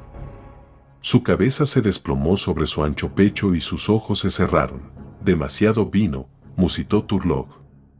Pero que duerma, yo montaré guardia. Pero mientras hablaba, el gaélico notó que le dominaba una extraña lasitud. Se recostó en la ancha silla. Sus ojos estaban pesados y el sueño velaba su cerebro a su pesar. Y mientras yacía allí, tuvo una extraña visión. Uno de los pesados colgantes de la pared opuesta a la puerta se agitó violentamente y desde detrás se deslizó una figura espantosa que se arrastró a través de la habitación. Turlough la contempló con indiferencia, consciente de que soñaba y al mismo tiempo maravillado por lo raro del sueño. La cosa se parecía grotescamente a un hombre de formas contrahechas y retorcidas, pero su rostro era bestial. Exhibía colmillos amarillentos a medida que avanzaba dando tumbos hacia él, y desde debajo de sus cejas protuberantes, pequeños ojos enrojecidos refulgían diabólicamente. pero había algo humano en su semblante. No era ni simio ni hombre, sino una criatura antinatural horriblemente compuesta de ambos elementos. La atroz aparición se detuvo ante él, y mientras los dedos retorcidos apretaban su garganta, Turlock fue repentina y espantosamente consciente de que aquello no era un sueño, sino una infernal realidad. Con un esfuerzo desesperado rompió las cadenas invisibles que le retenían y se arrojó de la silla. Los dedos cerrados soltaron su garganta, pero a pesar de lo rápido que fue, no pudo evitar la repentina embestida de aquellos brazos peludos, y al momento siguiente estaba tumbado sobre el suelo, enzarzado en una presa mortal con el monstruo, cuyos nervios parecían de acero flexible. La espantosa batalla se libró en silencio, excepto por el siseo de la respiración jadeante. El antebrazo izquierdo de Turlock se apretó contra el mentón simiesco, apartando las espeluznantes fauces de su garganta, alrededor de la cual los dedos del monstruo se habían apretado. Aselsten todavía dormía en su silla, con la cabeza caída hacia adelante. Turlock intentó llamarle, pero las manos estranguladoras le habían privado de la voz y estaban ahogando rápidamente su vida. La habitación se sumergió en una bruma roja ante sus ojos dilatados. Su mano derecha, apretada hasta convertirse en un mazo de hierro, machacó desesperadamente la espantosa cara que se inclinaba hacia la suya.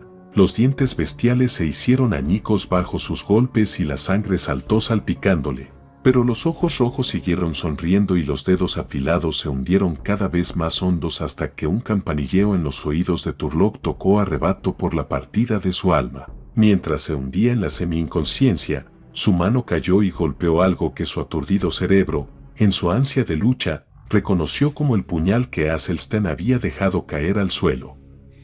Ciegamente, con un gesto moribundo, Turlock atacó y sintió como los dedos se aflojaban de repente.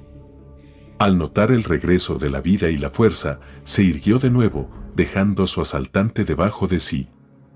A través de una neblina roja que lentamente se dispersaba, Turlock vio al hombre mono, ahora cubierto de carmesí, retorciéndose debajo de él, y hundió el puñal a fondo, hasta que el horror brutal se quedó inmóvil con los ojos abiertos. El gaélico se puso en pie tambaleante, mareado y jadeante, con todos los miembros temblando. Tomó grandes bocanadas de aire y su aturdimiento desapareció poco a poco. La sangre manaba abundante de las heridas de su garganta. Observó con asombro que el sajón seguía durmiendo. Repentinamente empezó a sentir una vez más el peso del cansancio y la lasitud antinaturales que le habían dejado indefenso antes.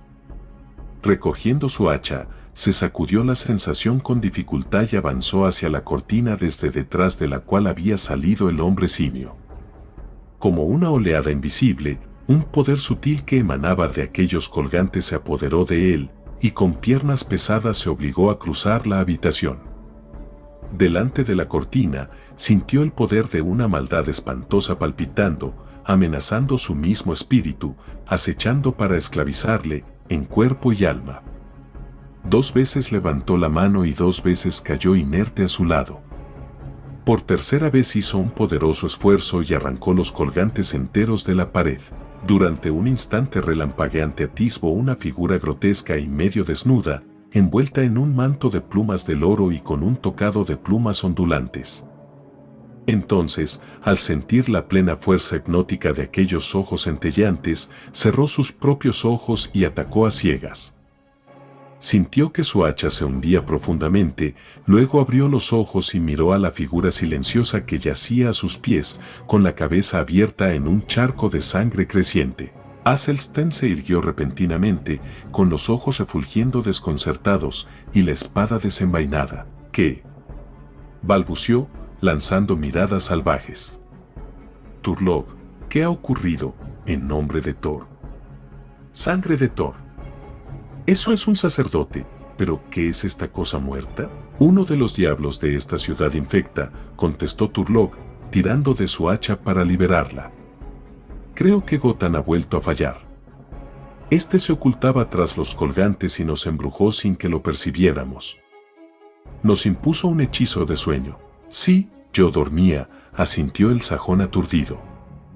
pero, como llegaron hasta aquí, debe de haber una puerta secreta tras estos colgantes, aunque no consigo encontrarla. Escucha. Desde la puerta detrás de la cual dormía la reina llegó un sordo sonido de forcejeo, que en su misma debilidad parecía cargado de espeluznantes posibilidades. «Brunilda», gritó Turlough. Un extraño gorgoteo le contestó. Se lanzó contra la puerta. Estaba cerrada con llave. Mientras levantaba el hacha para abrirla de un golpe, Athelstan le echó a un lado y arrojó todo su peso contra ella. Los paneles se hicieron pedazos y a través de sus restos Athelstan se zambulló en la habitación. Un rugido brotó de sus labios. Por encima del hombro del sajón, Turlough vio una visión delirante.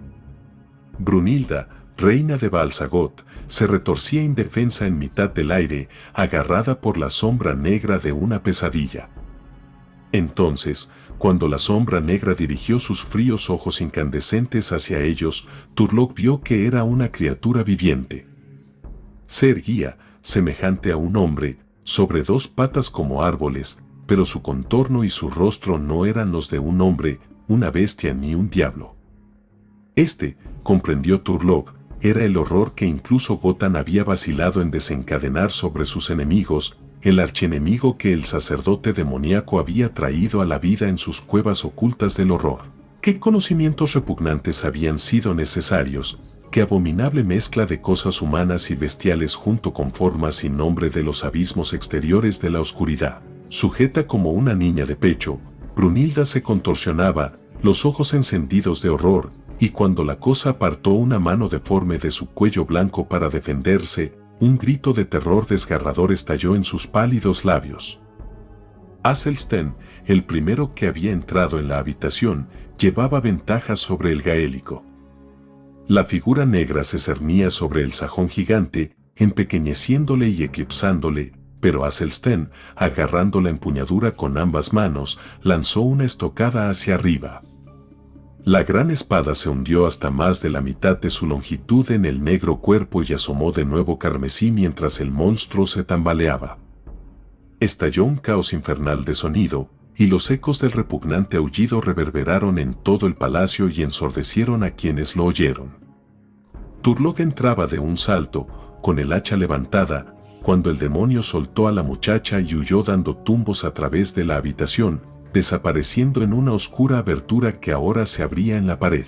Athelstan, enfebrecido, se lanzó en pos de él. Turlough hizo ademán de seguirle, pero Brunilda, tambaleándose, le echó los blancos brazos alrededor, apresándole con tal fuerza que incluso a él le costaba soltarse. «No», gritó ella, con los ojos inflamados de horror, «no lo sigas por ese espantoso pasillo. Debe de conducir al infierno mismo. El sajón no regresará. No comparta su destino. Suéltame, mujer». Rugió Turlough con frenesí, luchando por desembarazarse de ella sin hacerle daño. «Puede que mi camarada esté luchando por su vida. Espera hasta que llame a la guardia», gritó, pero Turlough se la quitó de encima, y mientras saltaba a través del portal secreto, Brunilda golpeó el gong de jade hasta que el palacio reverberó. Se oyeron fuertes pisadas en el corredor y la voz de Soumar gritó: «Oh, reina, ¿estás en peligro? ¿Derribamos la puerta? ¡Deprisa!», gritó ella, mientras corría hacia la puerta exterior y la abría de par en par. Turlough, saltando temerariamente al corredor, corrió en la oscuridad durante unos momentos, oyendo delante de sí el bramido agónico del monstruo herido y los profundos y feroces gritos del vikingo. Estos sonidos se desvanecieron en la distancia al llegar a un estrecho pasadizo débilmente iluminado con antorchas colocadas en nichos. Sobre el suelo, boca abajo, yacía un hombre moreno, vestido con plumas coloridas, su cráneo aplastado como un huevo. Cuánto tiempo siguió Turlough Aubrey en los mareantes recovecos del sombrío pasillo, nunca lo supo. Otros pasadizos más pequeños se abrían a cada lado, pero él se mantuvo en el pasillo principal. Por último, pasó bajo un portal arqueado y desembocó en una extraña y amplia sala. Inmensas columnas sombrías sujetaban un techo oscuro tan alto que parecía una nube de tormenta recortada contra el cielo de la medianoche. Turlock vio que estaba en un templo. Detrás de un altar de piedra manchado de rojo se cernía una figura poderosa, siniestra y aborrecible. El dios Golgoroth. No podía ser otro. Pero Turlock solo dedicó una simple mirada a la colosal figura que se alzaba en las sombras. Ante él se ofrecía una extraña escena. Aselsten se apoyaba en su gran espada y miraba las dos figuras estiradas sobre un charco rojo a sus pies. Fuera cual fuese la magia abyecta que había dado vida a la cosa negra, solo había hecho falta un mandoble de acero inglés para devolverla al limbo del que salió. El monstruo yacía medio tirado encima de su última víctima, un enjuto hombre de barba blanca cuyos ojos eran crudamente malignos, incluso en la muerte. «Gotan», exclamó el sorprendido gaélico. «Sí, el sacerdote». Yo le iba pisando los talones a su trasgo o lo que quiera que fuese, a lo largo del pasillo, pero a pesar de su tamaño, corría como un ciervo. Hubo un momento en que alguien vestido con un manto de plumas intentó detenerlo, y le aplastó el cráneo sin detenerse un instante. Por último irrumpió en este templo, conmigo pisándole los talones con la espada levantada para dar el golpe mortal. Pero, Sangre de Thor, cuando vio al viejo en pie junto al altar, lanzó un espantoso aullido y lo hizo pedazos y luego murió él mismo, todo en un instante, antes de que pudiera darle alcance y atacarle. Turlock miró la enorme cosa amorfa. Al mirarla directamente, no pudo estimar su naturaleza. Solo percibió una impresión caótica de un gran tamaño y una maldad inhumana. Ahora yacía como una enorme sombra aplastada sobre el suelo de mármol. Sin duda, alas negras que batían en abismos sin luna habían flotado sobre su nacimiento y las almas repugnantes de demonios sin nombre habían participado en su ser. Entonces Brunilda llegó corriendo desde el pasillo oscuro con Soumar y los guardias. Y desde puertas y escondrijos secretos llegaron otros en silencio, guerreros y sacerdotes con mantos de plumas, hasta que hubo una gran muchedumbre en el templo de la oscuridad. Un grito feroz brotó de la reina al ver lo que había ocurrido. Sus ojos centellearon de forma espantosa y se sintió dominada por una extraña locura. Por fin, gritó, apartando el cadáver de su archienemigo con el pie, por fin soy la verdadera ama de Balsagot. Los secretos de los caminos ocultos son míos ahora, y la barba del viejo Gotan está empapada de su propia sangre. Agitó sus brazos en terrible señal de triunfo, y corrió hacia el macabro ídolo, gritando insultos, exultante como una loca. Y en aquel instante el templo se conmovió. La imagen colosal se meció hacia adelante y luego cayó repentinamente como cae una alta torre. Turlock gritó y dio un salto, pero mientras lo hacía, con un estruendo como si estallara un mundo, el dios Golgoroth cayó sobre la mujer condenada, que se quedó inmóvil.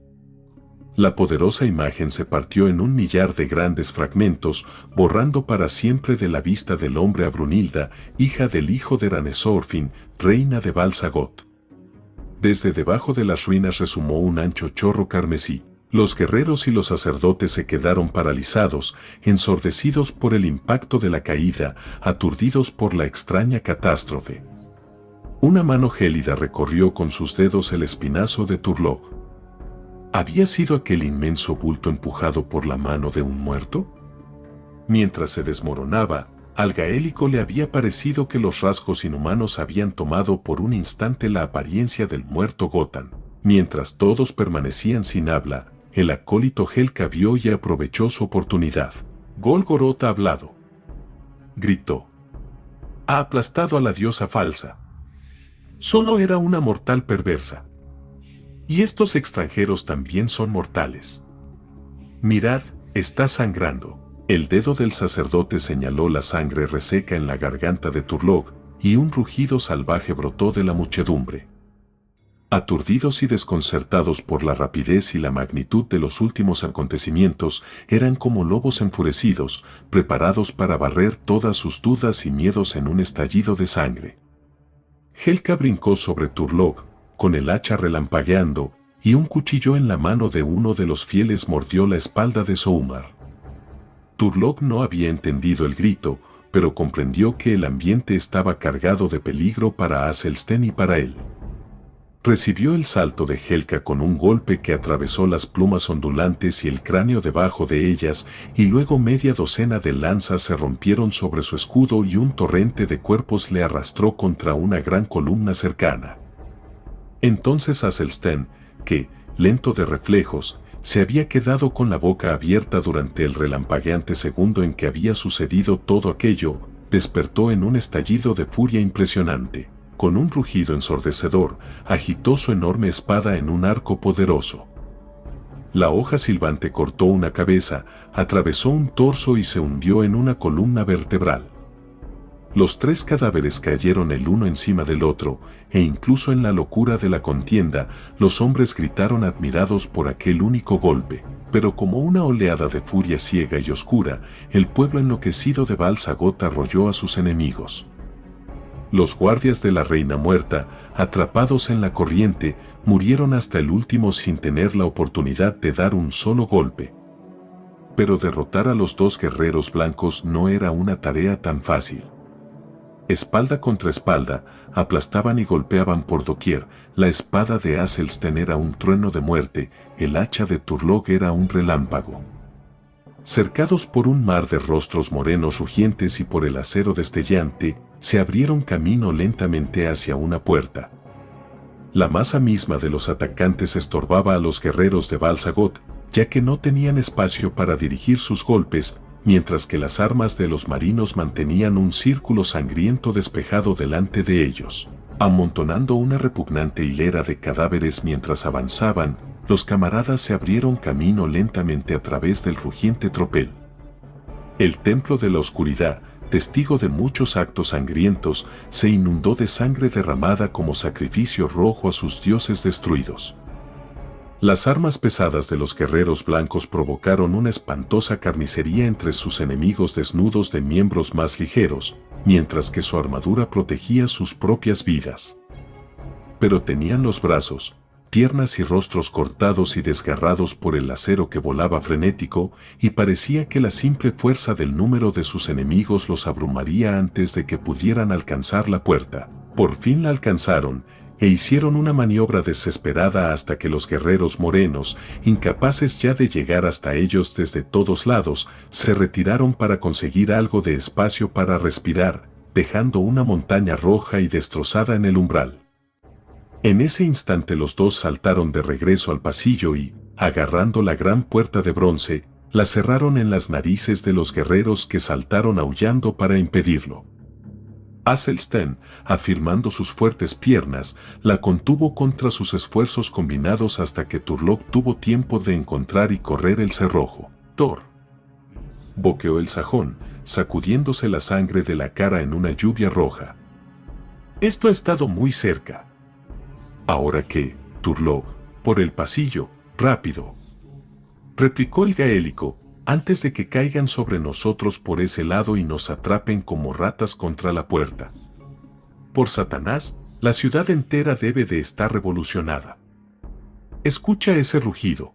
En verdad, mientras corrían por el sombrío pasillo, les pareció que todo Bal-Sagoth había estallado en la rebelión y en la guerra civil. Desde todas partes les llegaba el entrechocar del acero, los gritos de hombres y los chillidos de mujeres, ensombrecidos por un repugnante alarido. Un resplandor chillón surgió al extremo del pasillo, y mientras Turlog, a la cabeza, rodeaba la esquina y desembocaba en un patio abierto, una figura indefinida saltó sobre él y un arma pesada cayó con fuerza inesperada sobre su escudo, casi derribándole.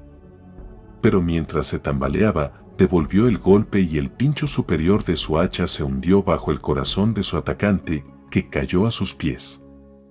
En el resplandor que lo iluminaba todo, Turlog vio que su víctima se diferenciaba de los guerreros morenos que había estado combatiendo. Aquel hombre estaba desnudo, tenía músculos poderosos y era de un rojo cobrizo más que tostado. La pesada mandíbula bestial, la frente baja inclinada, no mostraba nada de la inteligencia y el refinamiento del pueblo moreno, sino solo una brutal ferocidad. Una pesada porra de guerra, burdamente tallada, yacía a su lado. «Por Thor», exclamó Aselsten. La ciudad arde. Turlock miró hacia arriba. Estaban en pie sobre una especie de patio elevado desde el cual descendían unos anchos escalones que conducían hasta las calles, y desde aquel punto privilegiado tenían una visión clara del espantoso final de Balsagot. Las llamas saltaban enloquecidamente cada vez más altas, empalideciendo la luna, y bajo el resplandor rojo unas figuras diminutas corrían de acá para allá, cayendo y muriendo como marionetas que bailaran al son de los dioses negros. A través del rugido de las llamas y el estrépito de las murallas que se desmoronaban, llegaban alaridos de muerte y chillidos de triunfo sangriento. La ciudad estaba infestada de diablos desnudos con piel cobriza que quemaban, violaban y asesinaban en un carnaval escarlata de locura. Los hombres rojos de las islas habían descendido a millares sobre la isla de los dioses durante la noche, y fuera el sigilo o la traición lo que les permitiera superar las murallas, los camaradas nunca lo supieron, pero ahora se habían lanzado a una orgía en las calles sembradas de cadáveres, saciando su ansia de sangre con un holocausto y una masacre generalizada. No todas las figuras destrozadas que yacían en las calles inundadas de carmesí eran morenas, el pueblo de la ciudad condenada luchaba con valor desesperado, pero superados en número y tomados por sorpresa, su valor era fútil. Los hombres rojos eran como tigres sedientos de sangre. «Contempla esto, Turlock», gritó Aselsten, la barba erizada, los ojos incandescentes mientras la locura de la escena encendía una pasión semejante en su propia alma feroz. «El fin del mundo. Lancémonos a lo más cruento de la batalla y saciemos nuestros aceros antes de morir.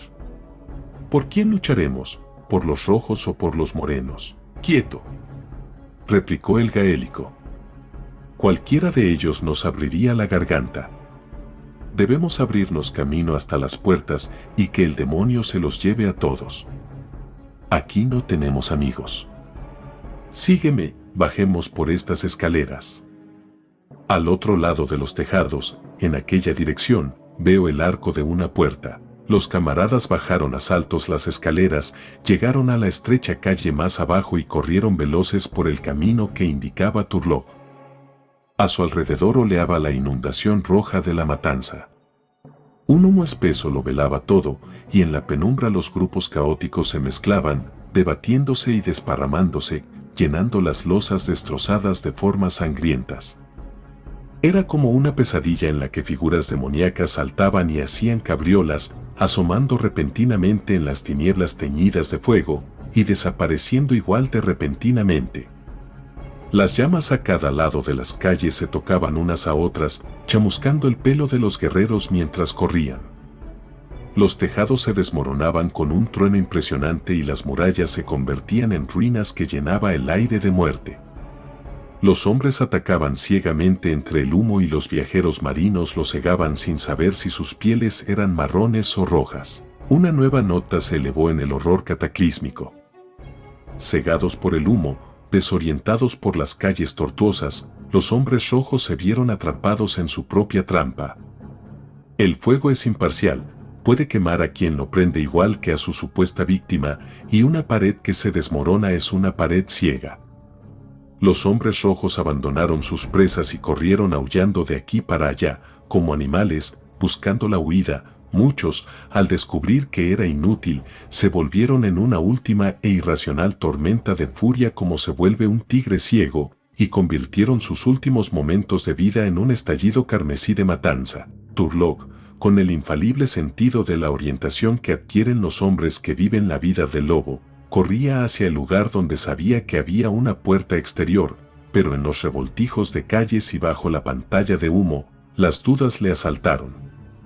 Desde la penumbra incendiada que tenía delante surgió un chillido terrible. Una muchacha desnuda salió dando tumbos a ciegas y cayó a los pies de Turlock, la sangre manando de su pecho mutilado. Un diablo aullante manchado de rojo, que le pisaba los talones, echó hacia atrás su cabeza y le cortó la garganta, una fracción de segundo antes de que el hacha de Turlock arrancara la cabeza de sus hombros y la enviara sonriente y rodando hacia las calles. Y en aquel instante un viento repentino apartó el humo ondulante y los camaradas vieron el portal abierto delante de ellos, cubierto de guerreros rojos. Un grito feroz, una acometida arrolladora, un instante de ferocidad volcánica que cubrió la puerta de cadáveres y la habían atravesado y descendían por las pendientes hacia el bosque lejano y la playa que había más allá. Ante ellos el cielo se enrojecía con el alba, detrás de ellos se alzaba el estremecedor tumulto de la ciudad condenada. Huyeron como criaturas perseguidas, buscando de vez en cuando un fugaz cobijo en las numerosas arboledas, para evitar los grupos de salvajes que corrían hacia la ciudad. La isla entera parecía estar infestada de ellos, los jefes debían de haber reclutado todas las islas en cientos de millas a la redonda para una incursión de semejante magnitud. Por último, los camaradas alcanzaron la franja del bosque y respiraron profundamente al llegar a la playa y descubrir que estaba abandonada excepto por cierto número de canoas de guerra decoradas con calaveras. Aselsten se sentó y tomó aliento, jadeante. Sangre de Thor. ¿Ahora qué? ¿Qué podemos hacer excepto escondernos en estos bosques hasta que esos diablos rojos nos encuentren? Ayúdame a botar esta lancha, replicó Turlog.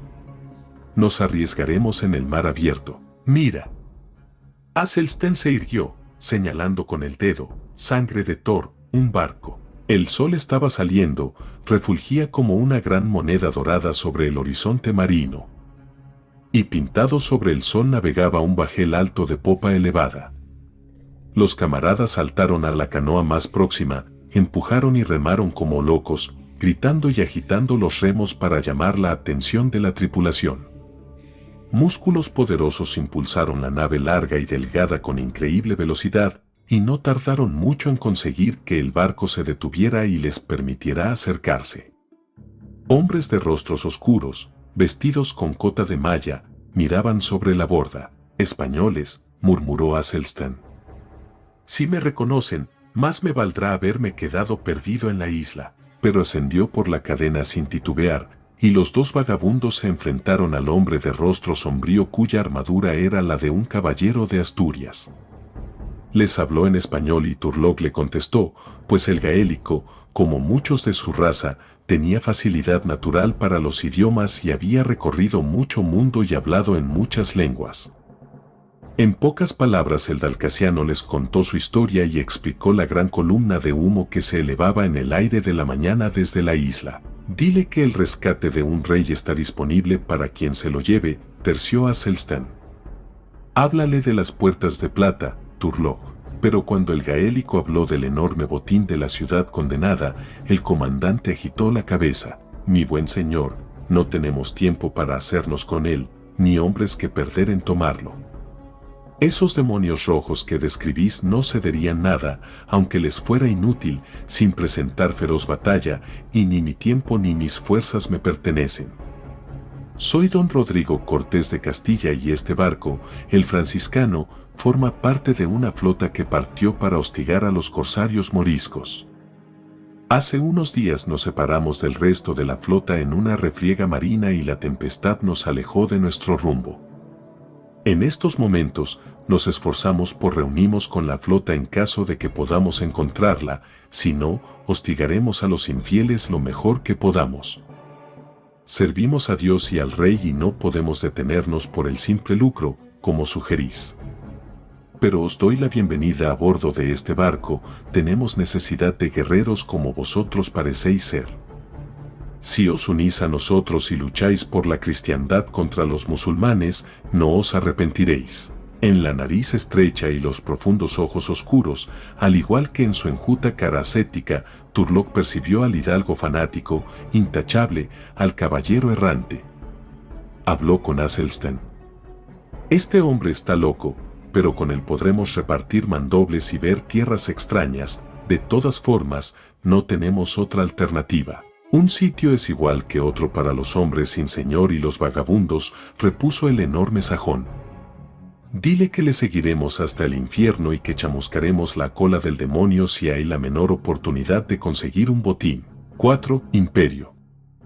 Turlock y Aselsten se apoyaron en la borda, mirando hacia la isla de los dioses que rápidamente se perdía en la lejanía, desde la cual se elevaba una columna de humo, cargada de los fantasmas de 1000 siglos y las sombras y misterios de un imperio olvidado, y Aselsten maldijo como solo puede hacerlo un sajón.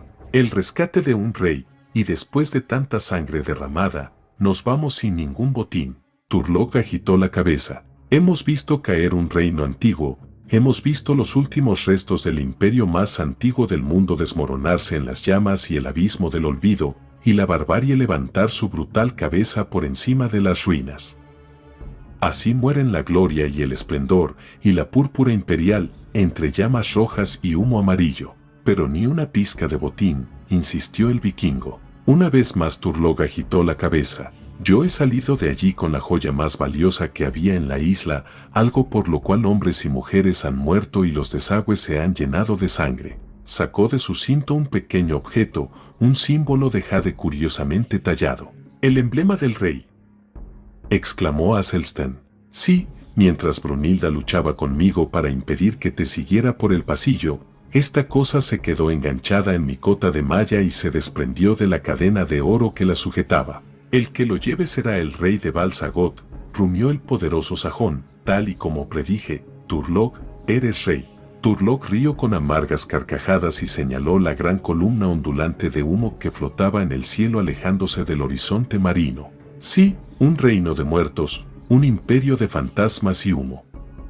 Soy el Ard-Rey de una ciudad fantasma, soy el rey Turlock de Bal-Sagoth y mi reino se esfuma en el cielo matutino. Y en eso se parece al resto de los imperios del mundo, sueños, fantasmas y humo.